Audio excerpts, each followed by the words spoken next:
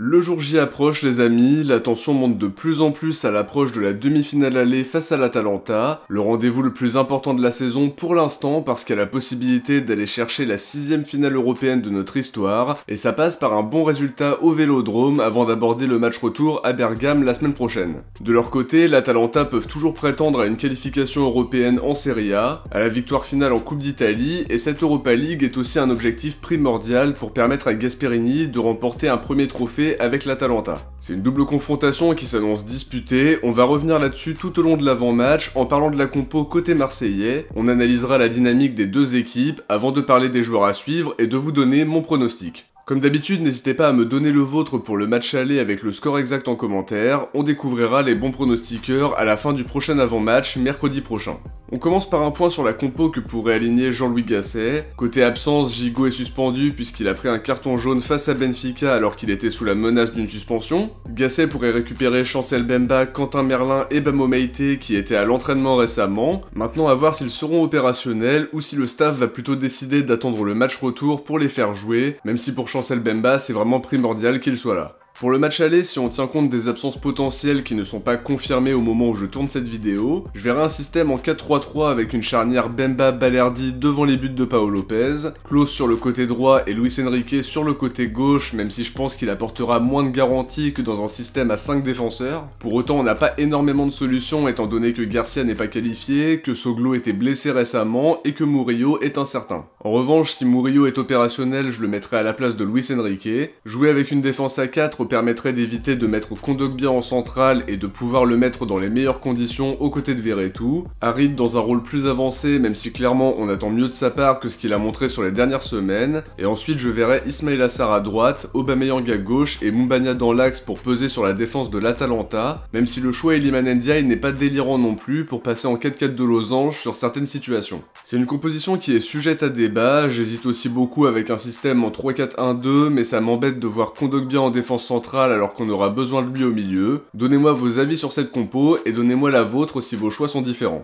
On enchaîne avec le focus sur les deux équipes en commençant par l'OM qui sort d'une victoire très importante face à Lens puisque déjà ça entretient l'espoir en championnat et ça nous permet aussi de se mettre un peu plus en confiance avant de recevoir l'Atalanta. Le contenu du match était intéressant même si la prestation n'est pas exceptionnelle non plus. J'ai aimé l'implication et l'état d'esprit de l'équipe, c'est encourageant parce que la prestation était plutôt bonne face à Nice déjà alors qu'on était en infériorité numérique. Il faut maintenant réussir à capitaliser là-dessus pour faire un pas vers la finale jeudi soir. Comme beaucoup, j'aurais préféré que le match aller se joue à Bergame et que le match retour soit au Vélodrome. Ça veut dire qu'il faudra faire la majeure partie du travail jeudi soir en s'imposant pour gérer notre avance au moment de se déplacer à Bergame. Le faux pas n'est donc pas permis pour le match aller et il le sera pas beaucoup plus pour le match retour évidemment, mais une contre-performance à l'aller nous condamnerait à l'exploit au match retour dans une ambiance très hostile comme l'expliquait Adil Rami pour Prime Video, lui qui l'a connu en tant qu'adversaire quand il évolue en Serie A. Après bien sûr, même si on s'incline à l'aller, on peut toujours faire un résultat à l'extérieur, mais ce sera plus compliqué à mon sens. Ce sera en tout cas une double confrontation très disputée. D'après moi, on ne part pas favori, mais on peut clairement prétendre à la qualification selon ce qu'on va montrer. Il faudra mettre de l'intensité pour ne pas laisser les joueurs de l'Atalanta dans le confort, être solide derrière pour contenir les assauts du trio Koopmeiners, Scamacca, De Ketelaere qui peut vraiment nous poser des problèmes, être capable de remporter la bataille du milieu de terrain et surtout d'être inspiré et efficace offensivement. On a souvent vu un déficit dans la justesse technique ces dernières semaines, mais pour un rendez-vous aussi important, on pourra pas se permettre de voir des approximations techniques, des mauvais choix répétés dans les 30 derniers mètres ou des relances foirées. Tout devra être impeccable parce que chaque erreur va se payer cash, si on vendange des occasions on va le regretter, je pense qu'on aura des opportunités mais il faudra en tout cas être très réaliste. La statistique qui nous rassure un peu c'est qu'on a perdu qu'un match au Vélodrome cette saison, c'était face au PSG en Ligue 1, il faut confirmer cette excellente dynamique à domicile jeudi soir si on veut prendre une option sur la qualification. Quoi qu'il en soit, l'équipe sera hyper déterminée, le Vélodrome sera bouillant, la motivation viendra naturellement avec l'enjeu puisqu'il y a une finale européenne à aller chercher 6 ans après la dernière, et dans une saison très compliquée comme celle qu'on vit, c'est quasiment inespéré. C'est une chance à saisir absolument et on attendra tout simplement que l'équipe soit à la hauteur de l'événement comme depuis le début de cette Ligue Europa qui nous réussit beaucoup, et même si on part pas comme favori pour le sacre final, on n'est qu'à 3 matchs du sacre et ça, faut bien en prendre conscience.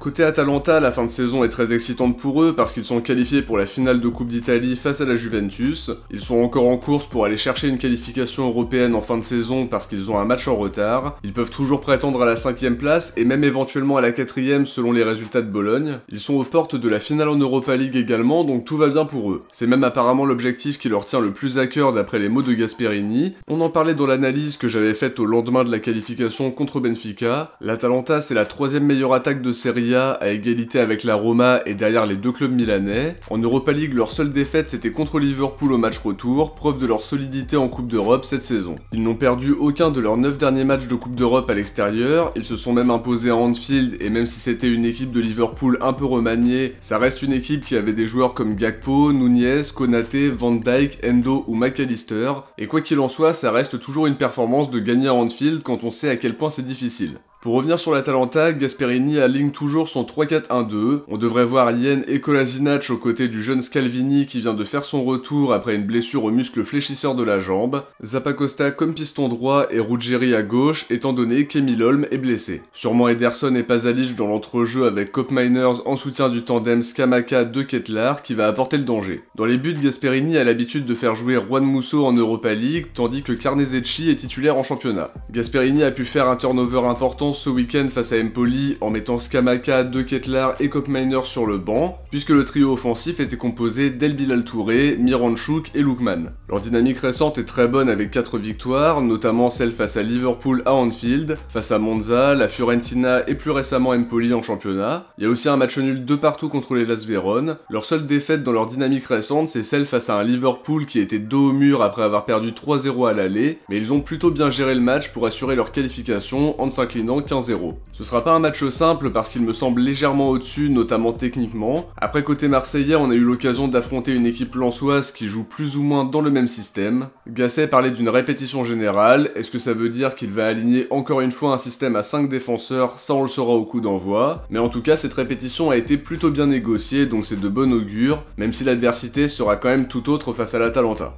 On enchaîne avec les joueurs à suivre en commençant par l'OM. Leonardo Balerdi en fait partie parce qu'il fait une très belle saison en étant régulier dans les performances, très important dans ses interventions, sa capacité à bien relancer pour jouer vers l'avant est aussi primordiale, et globalement il dégage une sérénité qu'on ne voyait pas de sa part les saisons précédentes. On aura besoin d'un grand Balerdi pour contenir les attaquants de l'Atalanta qui peuvent clairement nous poser des problèmes, que ce soit Koopmeiners dans son rôle d'organisateur, mais aussi le duo De Ketelaere-Scamacca. Au milieu, je vais dire Kondogbia qui a l'expérience des matchs européens, 44 matchs au compteur, LDC et Europa League confondus. Il était remplaçant contre Lens avec sans doute l'objectif de ne pas trop le solliciter avant la demi-finale aller. Si Gasset décide d'aligner un 3-4-1-2, il sera certainement défenseur central, et je pense qu'il est capable de faire le travail. Cela dit, je préférerais le voir aux côtés de Verretou parce que ses qualités à la récupération et sa qualité de passe pour amorcer nos occasions, ça peut clairement faire la différence. Comme je l'ai souvent dit dans les avant-matchs, quand on a un grand Kondogbia, ça peut changer beaucoup de choses dans le jeu, même si sa lenteur dans l'exécution peut aussi nous poser des soucis face à certains adversaires. Offensivement, c'est évident de citer Aubameyang, qui d'autre que le meilleur buteur de l'histoire de l'Europa League, qui aura à cœur une nouvelle fois de marquer un peu plus la compétition de son empreinte.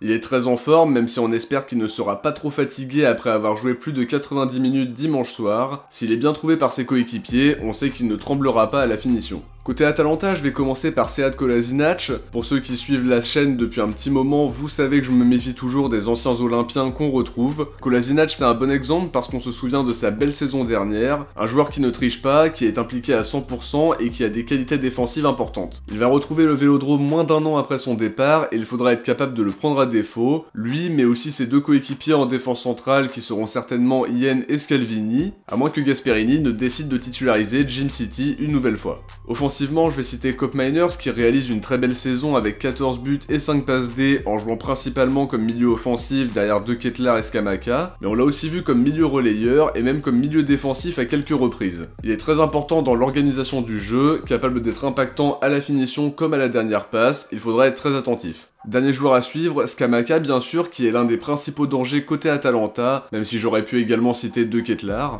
Ils forment un duo très performant, et pour se focaliser sur Scamacca, il est à 15 buts et 5 assists, toutes compétitions confondues, avec notamment 5 buts en 8 matchs d'Europa League, une compétition qui lui réussit bien. Il est sur une très bonne dynamique, avec 3 buts et une passe D sur ses 3 derniers matchs de championnat. Il a aussi marqué un but et délivré une passe D pour qualifier son équipe en finale de Coupe d'Italie en éliminant la Fiorentina. Il était très incertain ces derniers jours, mais il devrait finalement être opérationnel aux dernières nouvelles. Il faudra être très attentif à lui et à son binôme avec De Ketelaere. On passe au pronostic pour ce match aller, ça annonce un vrai combat entre les deux équipes parce que l'enjeu est hyper important, mais côté marseillais, on est dans l'obligation de faire un résultat lors du match aller pour faire un pas vers la finale avant de se déplacer à Bergame. Je m'attends à un match difficile où on aura besoin de mettre tous les ingrédients pour faire un résultat, dans l'intensité parce que l'Atalanta quand on les affronte c'est forcément un combat, la justesse technique, la solidarité dans les efforts et la concentration sur 90 minutes, ce sera primordial. Je vais miser sur une victoire marseillaise 2-1 dans un vélodrome en feu, ça nous permettra de prendre une légère option avant le match retour. Je pense que les deux équipes marqueront, mais l'essentiel c'est d'avoir un petit avantage pour le retour, et surtout de ne pas s'incliner à domicile, mais au vu de notre bilan au vélodrome cette saison, je suis plutôt optimiste. Le score est plutôt serré, mais on sait qu'avec l'ambiance du vélodrome qui sera une ambiance des grands soirs, le match peut complètement s'emballer et le score peut être beaucoup plus important. Quoi qu'il en soit, il n'y a pas de calcul à faire, faudra sortir 2 grosses prestations pour valider le ticket pour la finale le 22 mai à Dublin, c'est tout ce qu'on souhaite et ça passe par un match aller réussi dans un vélodrome bouillant avec une ambiance des grandes soirées européennes. Avant de se quitter, on va découvrir qui sont les bons pronostiqueurs d'OM Lens. Pour le coup, vous avez été vraiment très nombreux à trouver le 2-1 score exact. Ça nous donne 34 bons pronostiqueurs, je me demande même si c'est pas un record mais faudrait vérifier. Bien joué à tous pour avoir vu juste, et merci encore de jouer le jeu à chaque avant-match. Il y a eu plus d'une centaine de commentaires comme très souvent, ça fait vraiment plaisir. Et bien sûr, comme d'habitude, n'oubliez pas de me donner votre score pour OM Atalanta. De mon côté, j'arrive à la fin de cet avant-match, j'espère que ça vous a plu, n'oubliez pas de laisser un like pour le soutien et pour le référencement si c'est le cas. Je vous invite aussi à vous abonner en activant la cloche des notifications si c'est pas déjà fait. Si vous avez regardé l'avant-match jusqu'au bout, écrivez Europa dans les commentaires. De mon côté, je vous dis à très vite pour le débrief du match, en espérant une belle victoire pour faire un pas vers la finale. Bon match à tous, profitez bien de ce moment pour vibrer un maximum devant notre OM, parce qu'on a là l'occasion d'écrire une nouvelle page dans notre grande histoire européenne. Ciao, portez-vous bien, et surtout allez l'OM.